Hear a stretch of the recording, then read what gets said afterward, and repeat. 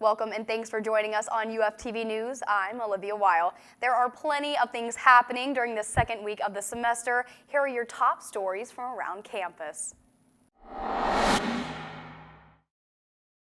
The University of Findlay is honoring Dr. Martin Luther King Jr. this week. On Wednesday, UF celebrated Dr. King by welcoming Daniel Hill, author of Wide Awake. It's a novel addressing racial discord, anger, and polarization in America. He spoke at the celebration that was held in Winebrenner.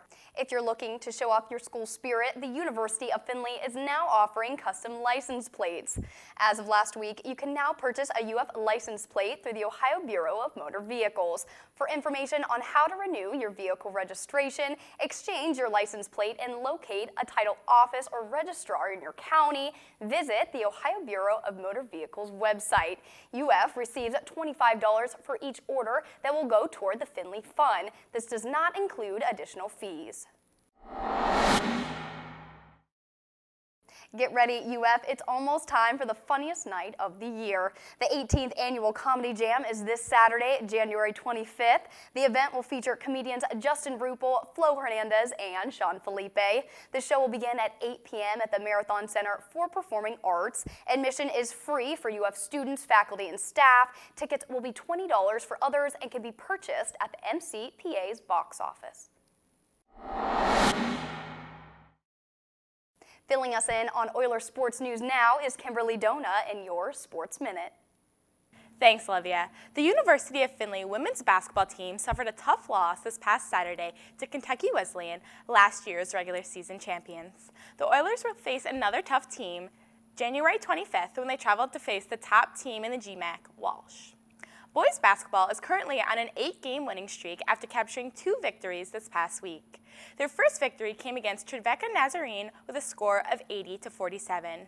Junior forward Anthony Masterlasco was the top scorer for the Oilers with 13 points. Their second victory came against Kentucky Wesleyan on Saturday. They'll be back in action Saturday, January 25th.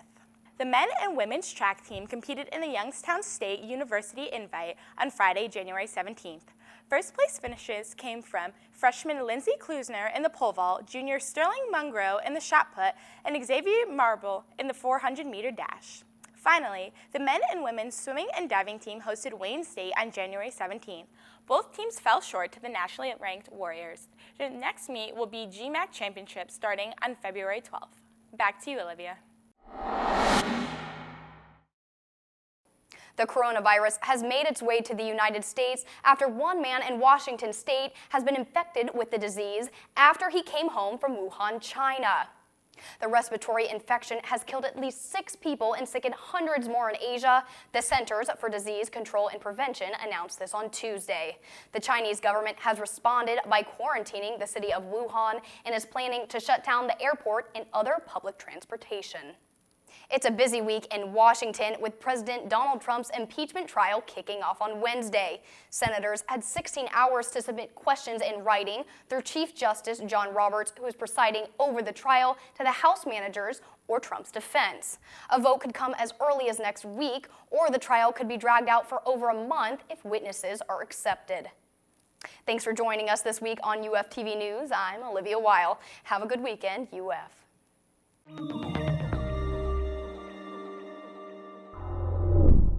UFTV is your university and community TV station.